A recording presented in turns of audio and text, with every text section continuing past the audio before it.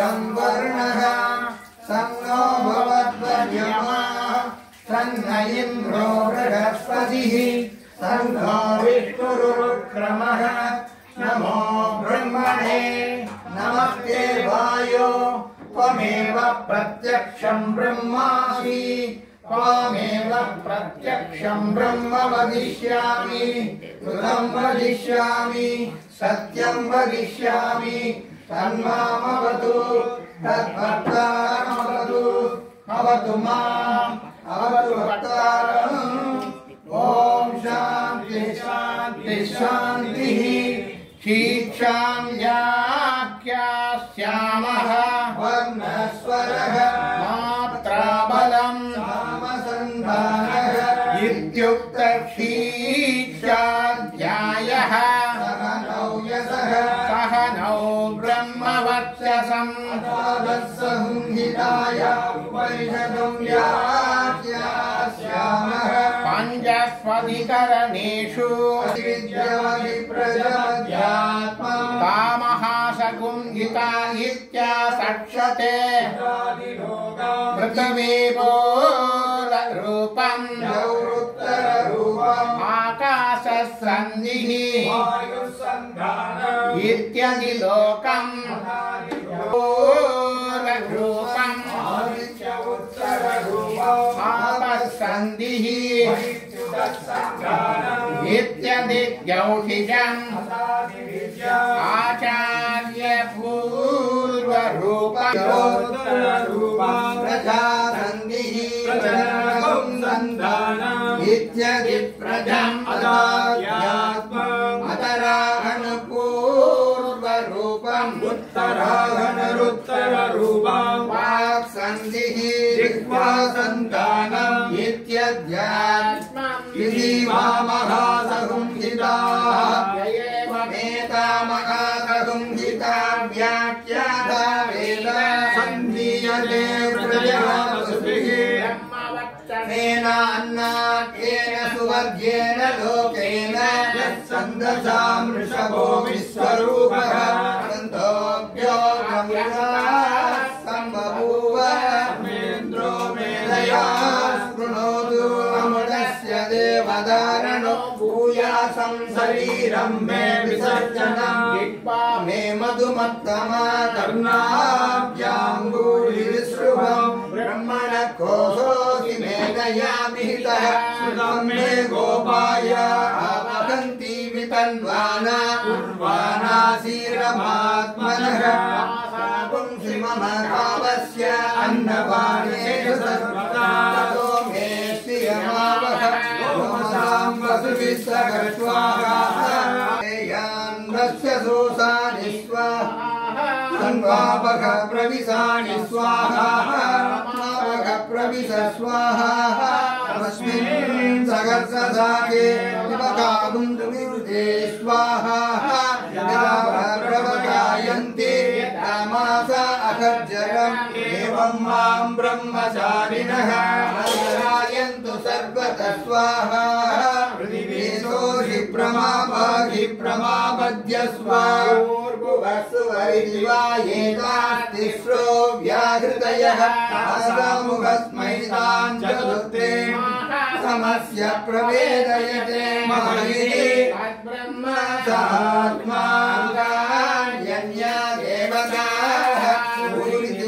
अयं लोकः यन्तरिक्षासु हरित्यसु हरिति चन्द्रमसा सर्वाणि गौरीगुं धीमहीयन्ते भुवनिशामानि महरिति ब्रह्मणा वावसर्वे महीयन्ते भूरिति वै प्राणः सुपरिति व्यानः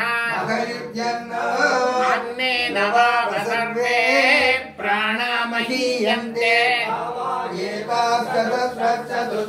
पदप्रस्तदप्रो व्याहृतयः समेत ब्रह्म बलिमा वहन्ति त्रययेषोऽन्तर्हृदय आकाशः तस्मिन्नयं पुरुषो मनोमयः अमृतो हिरण्मयः अन्तरेण तालुके ययेषस्तन इवावलम्बते तेन्द्रयोनिः यद्रासौ केशान्तो विवर्तते वायो सुवरित्यादित्ये आप्नोति स्वराज् वाक्पतिः चक्षुष्पतिः श्रोत्रपतिर्विज्ञानपतिः एतत्ततो भवति आकाशशरीरं ब्रह्म शक्त्यात्मप्राणारामं मन आनन्दम् समृद्धममृतम् इति प्राचीनयोग्योपास्व दिव्यन्तरिक्षं द्यौदिशोऽन्तरदिशाः अग्निर्वायुरादित्यश्चन्द्रमा नक्षत्राणि आपवोषधयो इत्यधिभूतम् प्राणो व्यानो वानः समानः चक्षुश्रोत्रं मनो वाक्तम् तत्सर्वभागं सद्गुष्णावास्ति मज्जा एकददीशायर्भिर्वोधते पाङ्क्तं बाहिरवं सर्वम् नैव मां तद्गुष्णोदीनि ओमिति ब्रह्म ओमितीदं सर्वम् ओमित्येतदनुगृह्य अस्मभाभ्यो श्रावयेत्याश्रावयन्ति ओमिति सामानि गायन्ति ओं सोमिति शस्त्राणि सगुंसन् प्रतिगणं प्रतिगणाति ओमिति ब्रह्मा प्रसौति ओमित्यग्निहोत्रमनुजानाति ओमिति ब्राह्मण प्रवक्षन्नाह ब्रह्मोपाप्नवानीति ब्रह्मैवोपाप्नोति उदञ्च स्वाध्याय प्रवचने च तपश्च स्वाध्याय प्रवचने च समश्च स्वाध्याय प्रवचने च अग्निहोत्रं च स्वाध्याय प्रवचने च स्वाध्याय प्रवचने च मानुषं च स्वाध्याय प्रवचने च प्रजनश्च स्वाध्याय प्रवचने च स्वाध्याय प्रवचने च सत्यमिति सत्यवचारादीतरः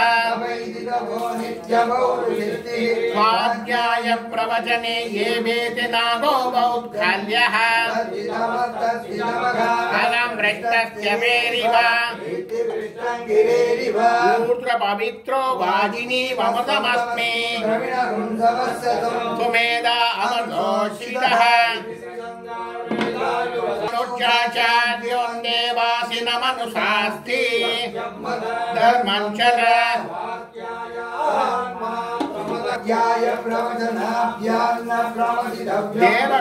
देवपितृकार्याभ्यान्न प्रमदितव्यम् मातृदेवो भव पितृदेवो भव आचार्यदेवो भव अतिथिदेवो भव यान्यनवत्सानि कर्माणि तानि सेवितव्यानि नो इतराणि यान्यस्माकं सुचरितानि येषु एकत्र ब्राह्मणाः सम्मर्दिनः युक्ताः अलोक्षा धर्मकामास्यो यथा देशेषु वर्तेषु वर्तेताः वेदो उपनिषदे एतदनुशासनम् एवमुपासितव्यम् एवमुपैतदुपास्यम् तन्नो मित्रश्यं वरुणः तन्नो भवत्पर्यमा तन्न इन्द्रो बृहस्पतिः तन्नो विष्णुरुक्रमः नमो ब्रह्मणे नमस्ते वायो त्वमेव प्रत्यक्षं ब्रह्मासि त्वमेव प्रत्यक्षं ब्रह्मावादिशं ब्रह्मवादिशं सत्यमवादिशं तन्मामवीद तद्वक्तारमावीद आवीन्मा